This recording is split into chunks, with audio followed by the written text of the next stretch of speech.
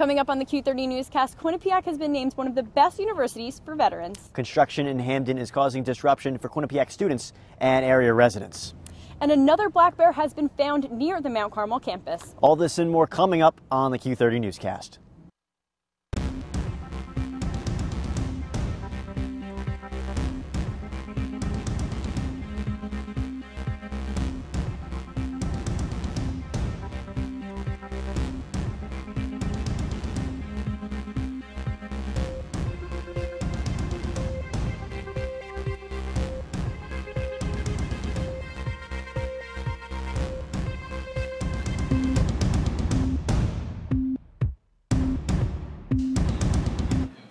Good evening, Quinnipiac, and welcome to the Q30 Newscast. I'm Olivia Schuler. I'm Brian Schwartz.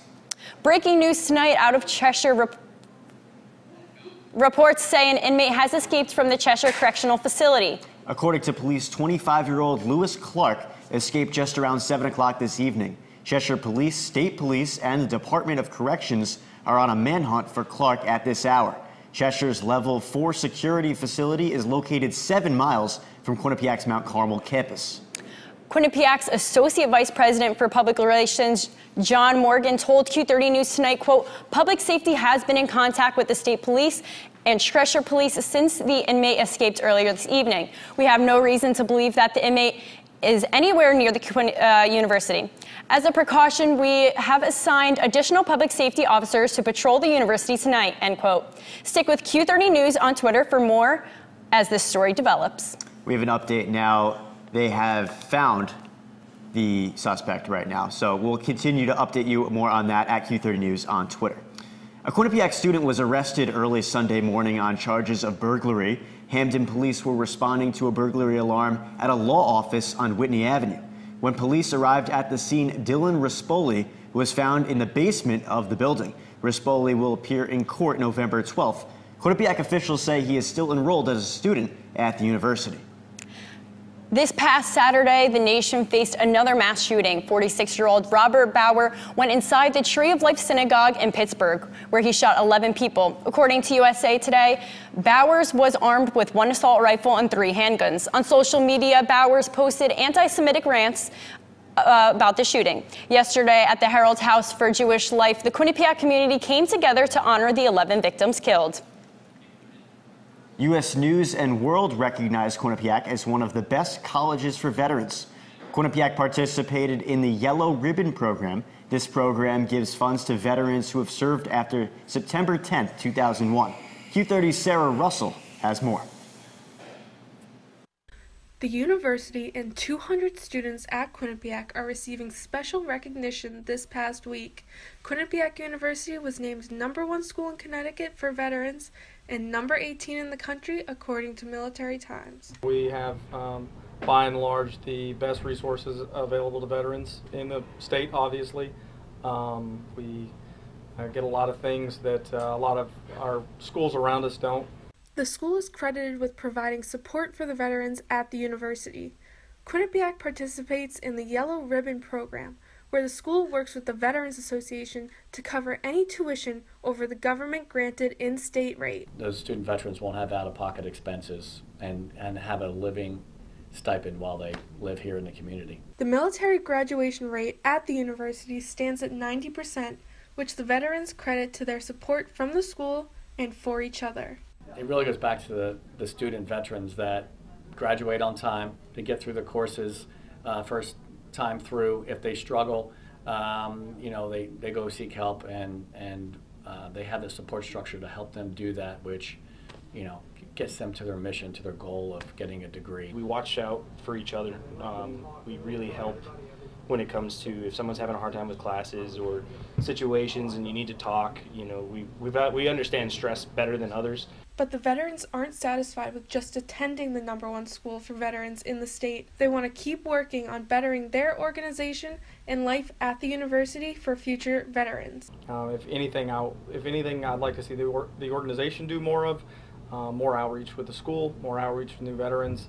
We can always do a better job, even if we already are doing well. Sarah Russell, Q30 News. The Quinnipiac community is grieving the loss of a student. Eduardo Calvarjo passed away on October 24th at the age of 20 from cancer. He was a marketing major and a member of the fraternity Sigma Phi Epsilon. On November 6th, the People's United Center for Women and Business will host a women's leadership event. President Judy Olian and Senior Executive Vice President of People's United Bank, Sarah Longobardi, will share their experience as female leaders. The event is open to the public and is free of charge. A Q&A session, networking event, and breakfast is also included. The event will be held at Cascade in Hampden at 8 a.m. to 11:30 a.m. and advance registration is required. Quinnipiac's hiking club is making an effort to help the destroyed Sleeping Giant State Park. A Life Bowls truck was on the Quinnipiac Quad Tuesday morning. All proceeds going to restoring the park. Life Bowls, known for its acai bowls, smoothies, and coffee, a hit on campus. Monday, Quinnipiac University hosted law enforcement from all over Connecticut. The Connecticut Bureau of Investigation and Connecticut State Police honored first-generation immigrant officers. Police from various towns and cities in the state gathered at the Burt Kahn Court. The Hampden Police Department said it hopes to inspire and bridge the gap for all.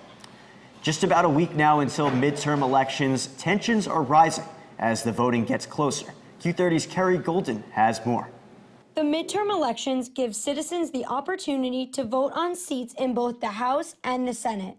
With less than 1 week to go, the election is continuing to heat up. Democratic candidate for the 17th District of the State Senate, George Cabrera, is in the tightest race against Republican George Logan. I have a lot of experience advocating for workers, and I think that the skills and experiences I've gained in my job position me perfectly to be a strong advocate for my district to make sure we get the resources we need. Unlike previous years, Hampden residents may be more likely to vote in this election. Because I think a lot of people are very upset in what's going on. I think there's a level of interest and energy that is very different from previous cycles. I think a lot of that is driven by what's happening in Washington and some of the division. Even most recently we've seen with the shooting in Pittsburgh, people are really energized, and I think they want to make their voices be heard. Quinnipiac University is also reaching out and encouraging students to vote. Emails have been sent to students giving instructions as to how to register to vote and where to go. So I think that young people have a huge role to play, and it can really play an outsized role. So I think it's very important to come out to vote and let their voices be heard, because quite frankly, the adults aren't getting it. So I think the more young people can get to vote, the better. If you're registered to vote with your Mount Carmel campus address, your location to vote is here behind me at the Hampden Public Library. If you're registered to vote with your York Hill campus address, your location to vote is at the Westwood School at 350 West Todd Street. The polls will open next Tuesday, November 6th from 8 a.m. to 8 p.m. Reporting from Hampden, Kerry Golden, Q30 News. The Best Buddies Connecticut Friendship Walk took place this past Sunday on the North Haven campus. Buddies gathered from across the state to show their support and take part in the walk. Best Buddies' mission is to, quote, create one-to-one friendships and leadership and integrated employment opportunities for people with intellectual and developmental disabilities, end quote. Money raised from the walk will go to fund Best Buddy programs across the state of Connecticut. No Shave November brings awareness and conversation towards men's cancer. NoShave.org says, quote, the goal of No Shave November is to grow awareness by embracing our hair, which many cancer patients lose, end quote. The Quinnipiac Interfraternity Council chose the campaign because it brings the fraternity council together. So we specifically chose the No Shave November campaign for the Interfraternity Council because obviously the Interfraternity Council consists of fraternities which are males, so we thought it was a nice way to unite the entire fraternal community behind like a masculine cause. And in terms of the Quinnipiac community, it helps in the sense that men's cancer and men's cancer research don't really go as recognized as a lot of other cancers, so we wanted to bring awareness to the fraternal community on the topic as well as the entire campus. Q-Thon hosted a fundraiser at Hampden restaurant Side Street Grill Sunday night. Proceeds from everything on the menu benefited the organization. Members of Q-Thon are raising money for the Miracle Network Dance Marathon. Q-Thon now just over 20 weeks away. The Quinnipiac Rotaract Club is raising money for the Columbus House, an organization benefiting the homeless in the New Haven area. Next Monday at 8, the club will host the event in the Mount Carmel cafeteria. The night will include a guest speaker from the organization and dinner from Chartwell's. Entrance fee is $7, all proceeds going to the Columbus House. Tickets will be available at the Student Center Thursday and Friday. A black bear was spotted near the Sports Information Building at 3:30 p.m. This is the third black bear found near the Mount Carmel campus since classes started back in August. Quinnipiac advises students and faculty if they see a bear, do not go near it and call public safety. Temperatures are definitely falling, and I think it's safe to say that fall is officially here. When we come back, Chris Stacy has the full weather forecast. First, Chris, what's the weather looking like right now? Well, guys, I have to say happy Halloween to everyone out there. The weather's looking pretty good right now. It's in the low 50s. It's not as cold as it was last night. It was in the 30s last night. It's in the high 50s, and it was in the 60s today. It was a perfect day for Halloween, and I will have my full weather forecast when we come back from break. Welcome to the WQAQ Morning Show. Dan Ball and Emma Spagnolo joining you here from the QAQ studios in Hamden. And Emma, it is that time of year again.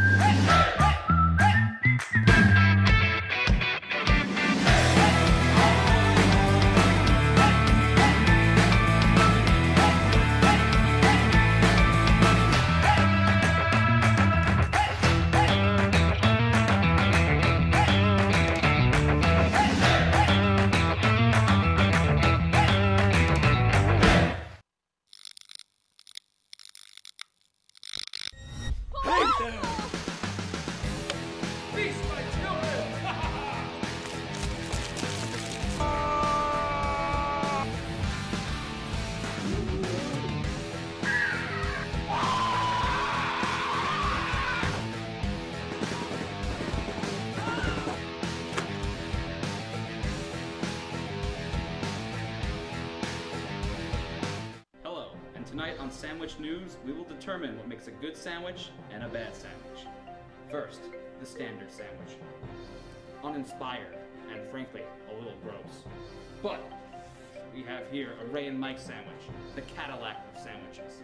And if you want one, well, come on down to Ray and Mike's at 3030 Whitney Ave, Hamden, Connecticut. Open every day from 6 a.m. to 10 p.m. QCash is accepted. Now that's a sandwich. Let's get it going. Sports Pulse starts right now. We start tonight with some basketball coverage. And here again, Aaron Robinson hits the shot of his life. I don't know what that celebration is, MJ, but I'm loving it. Is that Fortnite?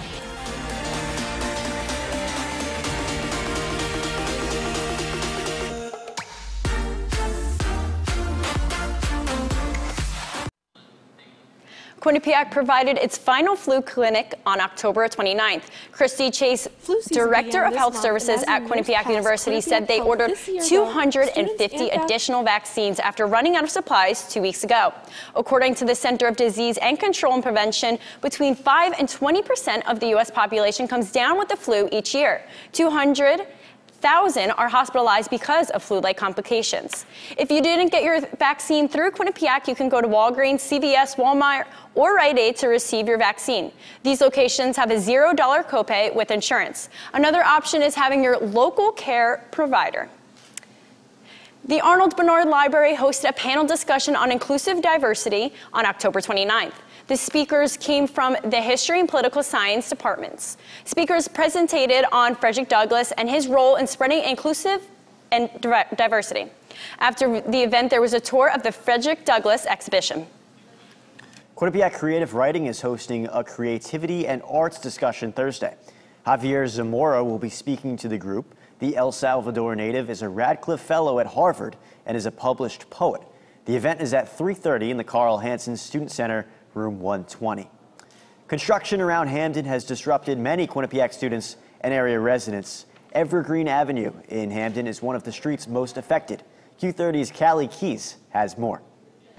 Traffic cones and construction signs have littered the streets of Hamden that connect to Evergreen Avenue over the past few weeks.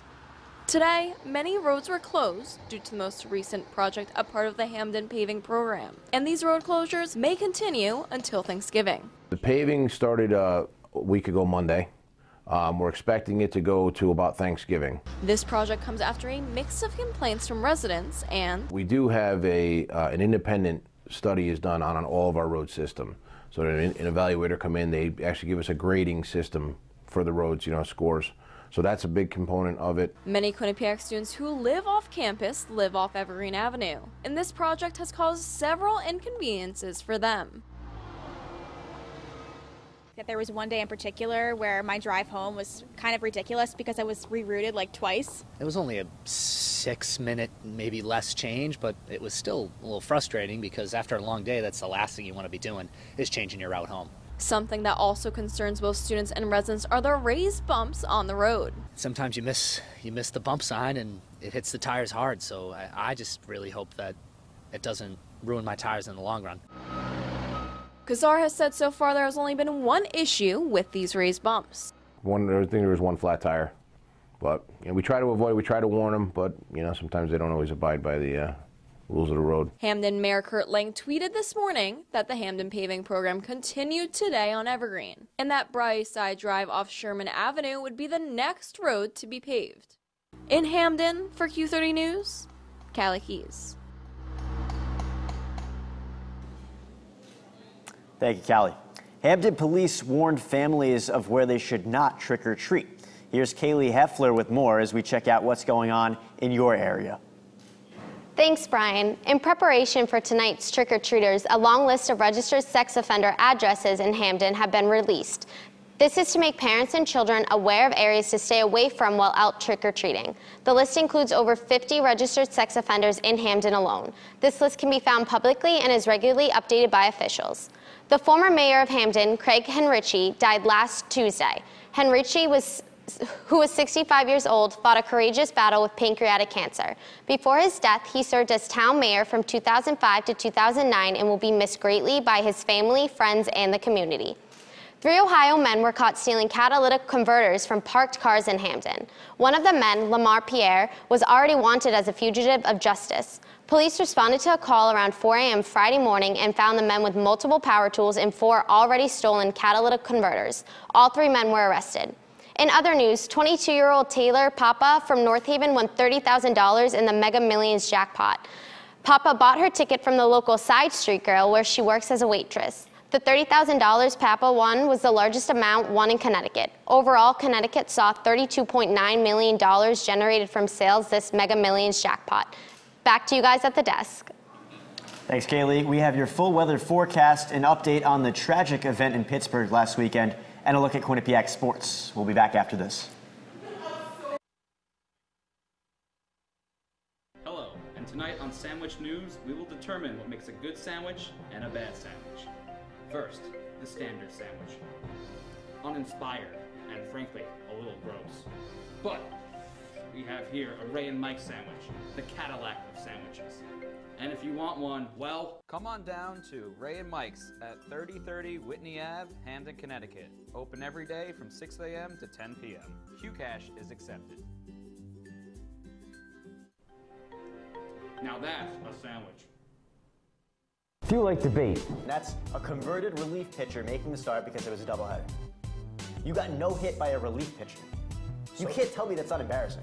analysis, You can see his stance, his positioning right there is excellent. and a side of entertainment. Is he right or is he crazy? Well, we all know the answer to that. He's a bit crazy, but I gotta say, you know. Then join us on Bobcat Breakdown. From the court to the ice to here on the diamond, we'll discuss everything you need to know about Quinnipiac athletics. Bobcat Breakdown, Tuesdays at 9:30.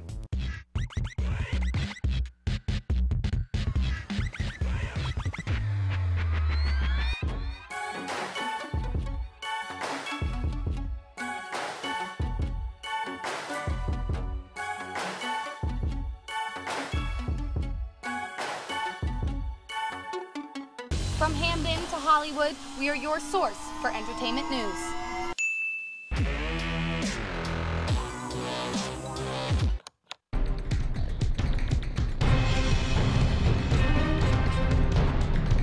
Whether you're on the quad in your room or off campus, tune in to Q30 News for stories from student journalists you can trust. we're covering the latest here on campus and in the surrounding communities. Get the news you need to know every Wednesday night.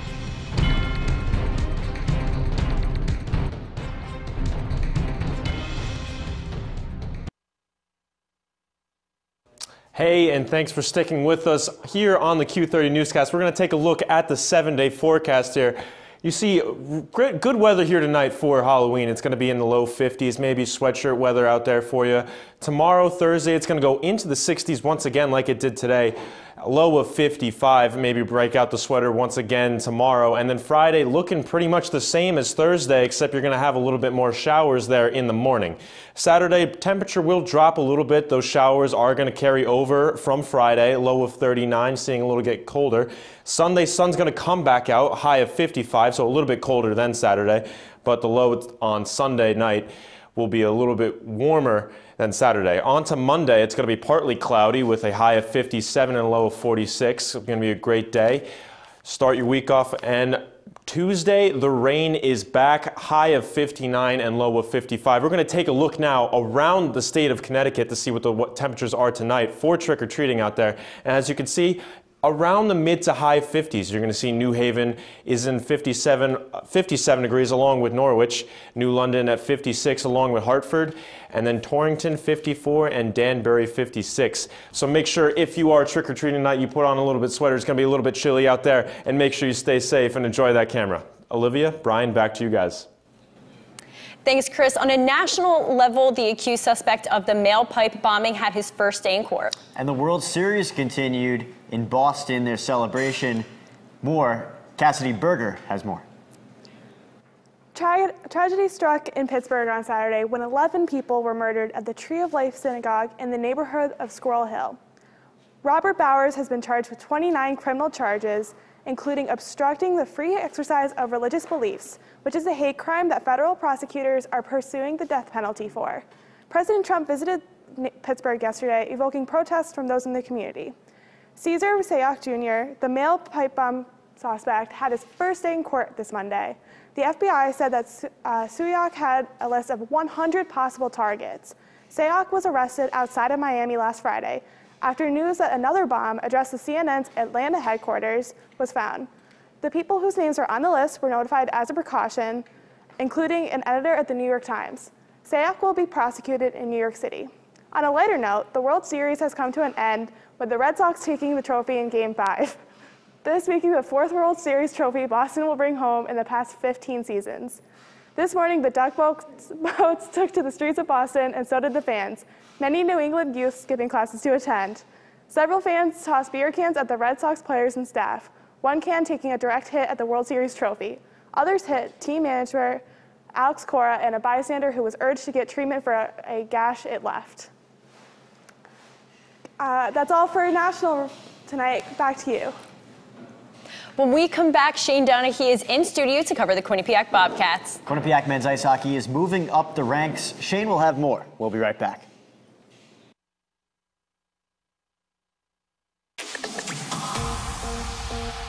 Let's get it going. Sports Ball starts right now.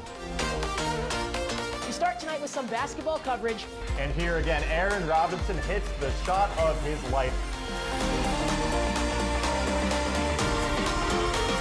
I don't know what that celebration is, MJ, but I'm loving it. Is that Fortnite?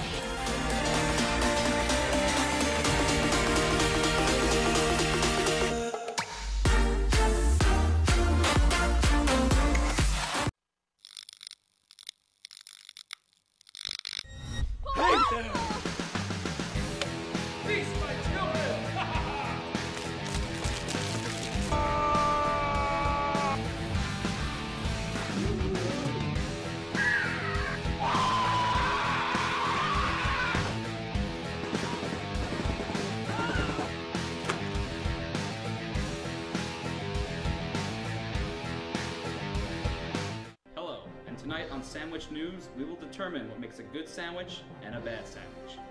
First, the standard sandwich. Uninspired and frankly, a little gross. But we have here a Ray and Mike sandwich, the Cadillac of sandwiches. And if you want one, well, come on down to Ray and Mike's at 3030 Whitney Ave, Hamden, Connecticut. Open every day from 6 a.m. to 10 p.m. Q-Cash is accepted. Now that's a sandwich. If you like debate. That's a converted relief pitcher making the start because it was a doubleheader. You got no hit by a relief pitcher. You can't tell me that's not embarrassing. Analysis. You can see his stance, his positioning right there is excellent. And a side of entertainment. Is he right or is he crazy? Well, we all know the answer to that. He's a bit crazy, but I gotta say, you know. Then join us on Bobcat Breakdown.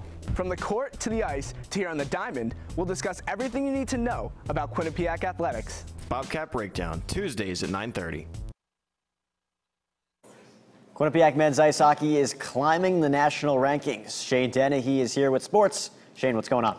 Thanks, Brian. The Quinnipiac women's soccer team got off to a solid start in conference play, including the program's first win over Niagara, but the team struggled down the stretch as it failed to win any of its last 6 games. The Bobcats finished 6th in the match, which meant they had to travel to face Siena on Sunday.